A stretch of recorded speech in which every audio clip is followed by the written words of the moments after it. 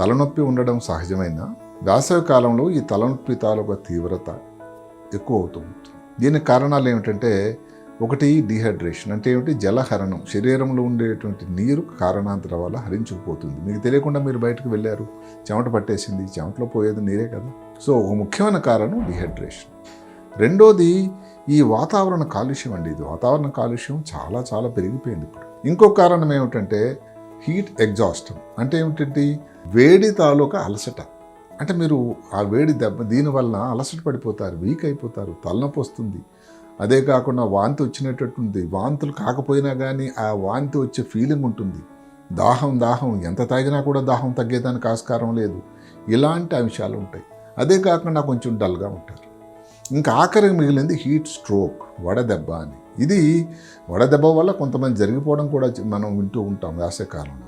ఈ తలనొప్పి వచ్చినప్పుడు దానికి చేయగలిగింది ఏమిటి, మనం బయటకు దాని కారణాలు ఆలోచించినట్టయితే ముందుగా విపరీతమైన ఎండలో బయటకు వెళ్ళడం, దానికి తలకు ఏమాత్రం ఆచ్ఛాదం లేకుండా ఉండడం, కళ్ళ మీద ఈ సూర్యుడి తాలూకా ఆ రశ్మి గట్టిగా ఉండి దాని మీద కళ్ళ మీద దాని ఒత్తిడి రావడం, డిహైడ్రేషన్ అయితే సరే ఈ అన్నిటి కారణాల వల్ల తలనొప్పి రావడం అనేది సహజం.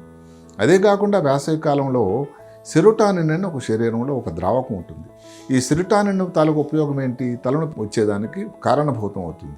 ఈ కారణాలన్నింటి వల్ల కూడా హీట్ ఎగ్జాస్టన్ అని, ఆ తర్వాత వచ్చేటువంటి హీట్ స్ట్రోక్ కానీ వచ్చినట్టయితే అది అత్యంత ప్రమాదకరం. వేసవి కాలంలో అలసట, దానికి మనం ఎక్కువగా కానీ ఏదైనా ఆహారం తీసుకోకుండా, సాలిడ్ ఆహారం కాకుండా ఎక్కువగా లిక్విడ్స్, ద్రవ పదార్థాలు తీసుకోవాలి.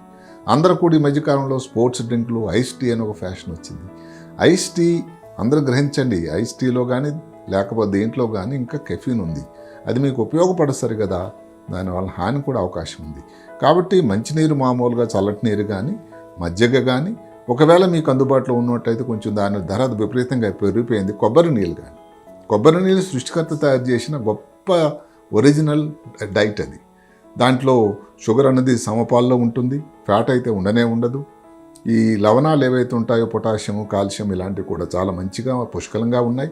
కాబట్టి ఎన్నిసార్లైనా తాగవచ్చును, ఏ సమయంలోనైనా తాగవచ్చును. కాబట్టి కొబ్బరి నీళ్ళు అనేది అత్యంత ఉపయోగకరమైంది ఈ సమయంలో. ఇప్పుడు మాటకి ఇదందరికి కూడా వస్తుందని కాదు, ఇప్పుడు ఎండలో వెళ్ళాలి, పని చేయాలి, తప్పదు ఒక్కొక్కసారి. అలాంటప్పుడు మనం తీసుకోవాల్సిన జాగ్రత్తలు ఏమిటి, మన ఫ్యాషన్ కోసం కాకపోయినా సన్ గ్లాసెస్ పెట్టుకోండి, చాలా ఉపయోగకరమైంది. ఎందుకంటే కళ్ళ మీద దాని తాలూకా తీవ్రత తగ్గడం వల్ల మీకు ఇబ్బంది తగ్గుతూ ఉంటుంది. అదే కాకుండా క్రికెట్ వాళ్ళు వాడే హ్యాట్, లేదంటే మామూలు క్యాపు, లేదంటే అసలు మామూలుగా పల్లెల్లో పని చేసేటప్పుడు వాడే ఈ తాటి రేకులతో చేసినటువంటి బల్ల అంటారు, అదన్నా పెట్టుకోండి తలకు ఆచ్ఛాదన. ఏదైనా కానీ తల మీద డైరెక్ట్గా భానుడి ప్రతాపం పడకూడదు.